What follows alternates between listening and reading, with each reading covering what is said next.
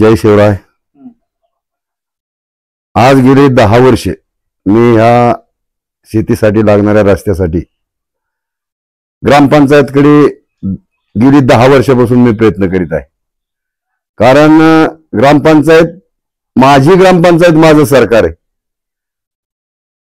हा उद्देश डोळ्यासमोर ठेवून तहसीलदार मध्ये जर तहसीलकडे जर जायचं म्हणलं तर ते म्हणतात केस दाखल करा। केस दाखल करून तुम्हाला सांगतो आज 10 वर्ष लोकांना न्याय मिळत नाही। आणि शेतीमध्ये जर जायचं असेल तर दिवसातून 10 वेळा त्या शेतीमध्ये जावं लागतंय। आणि मग शेतीमध्ये जायला जर रस्ता नसेल तर आज मी तंटामुक्तीकडे न्याय मागतोय, ग्रामपंचायतकडे सरपंचाकडे न्याय मागतोय, परंतु स्पॉटवर यायला काही कोणी तयार नाही। आणि मी 3 एनशा पोलीस स्टेशनला दिलेले आहेत। एक राजू कुटेच्या नावची दिलेली, एक बाळू भोसलेच्या नावची दिलेली आणि मधुकर कुटे आणि सुनील कुटे यांच्या सुद्धा नावची एनशी दिलेली। पण पोलीस खातं सुद्धा या गोष्टीकडे लक्ष द्यायला तयार नाही। आणि या खाकी वर्दीमध्येच मला देव दिसतोय, या खाकी वर्दीमध्ये मला देव दिसतोय। खाकी वर्दी जर सोडली तर आमचं संरक्षण कुणीच करू शकत नाही। आणि न्याय कोणाकडे मागायचा?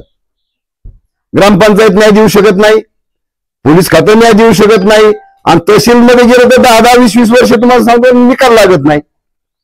जर 10-20 वर्ष निकाल नाही लागला आणि 10-20 वर्ष जर शेतीमध्ये जायला जर रस्ता नसेल तर शेतकऱ्याचं जगणंच मुश्किल झालेलं आहे। तर मला तर वाटतं ह्या असल्या या नालायक जीवन जगण्यापेक्षा की मेलेलं बरं। आणि चूक काय? चूक काय? त्या रस्ता तुम्हाला सांगतो, तुम्हाला मी येताना दाखवलंय, तुम्हाला मी संपूर्ण दाखवले। मी स्वतः 10,500 रुपये घालून तुम्हाला सांगतो समजा रस्त्याच्या काट्या काढून घेतलेले आहेत। 5-6 लोकांनी पैसे दिलेले। बाकीच्या लोकांनी तुम्हाला सांगतो कोण म्हणतो की तू का आमदारच का काट्या काढायला?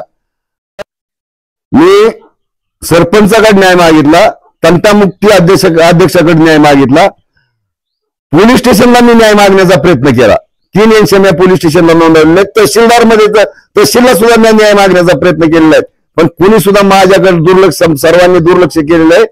जर या 8 दिवसामध्ये मला जर न्याय नाही मिळाला तर मी तहसील कचेरीसमोर आत्मदहन केल्याशिवाय राहणार नाही, एवढंच बोलतो। आणि जाता जाता राज्यकर्त्यांना मला विनंती करायची आहे की सत्तेच्या दगडावरून विंचवासारखं वागू नका। अरे सत्तेच्या दगडावरून विंचवासारखं वागू नका। स्वाभिमानी जनतेकडून नांगी ठेचून घेऊ नका।